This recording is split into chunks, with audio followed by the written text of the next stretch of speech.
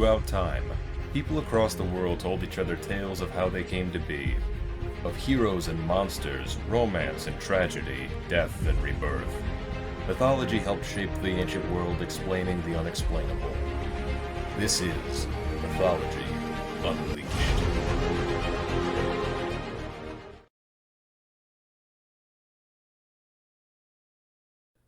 Elves are supernatural beings, found in fiction and folklore all across the earth.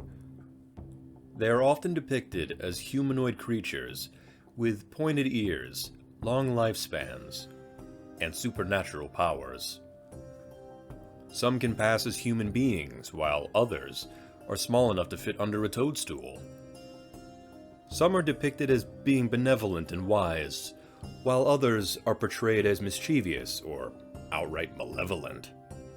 This program will discuss the origins and aspects of some of fiction's most well-known beings. The earliest depictions of elves come from Norse mythology, where they are known universally as Alfar, semi-divine beings of immense power associated with fertility. These elves were not bound by the laws of physics, and could pass through solid objects or shift form in order to match their surroundings. The elves of Norse mythology are divided into two categories: the light elves and the dark elves.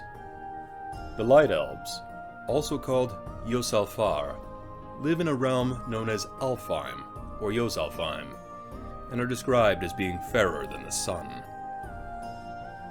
These light elves were minor deities of nature, fertility, art, and music, and they could help or hinder mortals with their magic.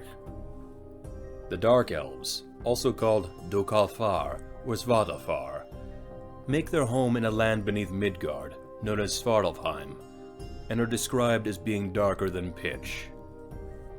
In contrast to the Light Elves, the Dark Elves would emerge from the earth under the cover of darkness, and terrorize humans and animals.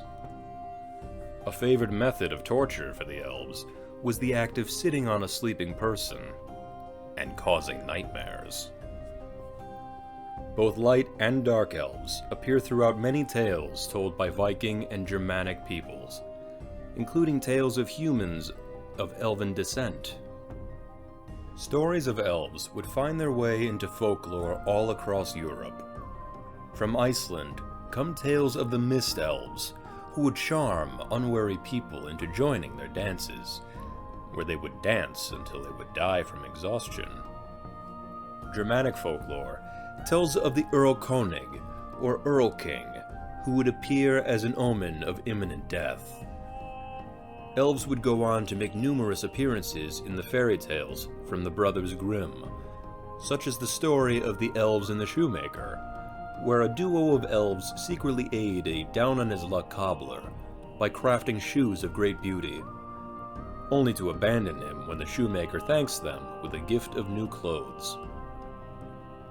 Though no longer revered as pseudo-deities as they were in Norse mythology, the elves of medieval and Renaissance Europe appeared to retain their magical powers, as well as their desire for mischief, committing acts of vandalism, startling livestock, pilfering food, causing nightmares, causing disease, and even stealing infants from their cribs. As time would go on, elves would eventually become a staple of fantasy worlds and fiction, where, like their mythological and folklore counterparts, are depicted as being drastically different from one another in personality and appearance. In J.R.R. Tolkien's Middle-earth legendarium, elves are angelically beautiful and wise, with otherworldly powers and incredible fighting prowess. In the world of Harry Potter, elves are small and more creaturesque, used as servants by wealthy wizard families. In Christmas tradition, elves are in the employ of Santa Claus at his workshop, where they spend all year crafting toys for well-behaved children. Elves have endured a long history as regular features of fantasy, folklore, and mythology. From the light and dark elves of Norse mythology, to the mischievous elves of the Grimm fairy tales, to the many interpretations seen in modern fantasy stories. With their otherworldly aspects, supernatural powers, wavering alignments, and their aptitudes for mischief, it is safe to surmise that elves are among the most famous and beloved of all mythical beings.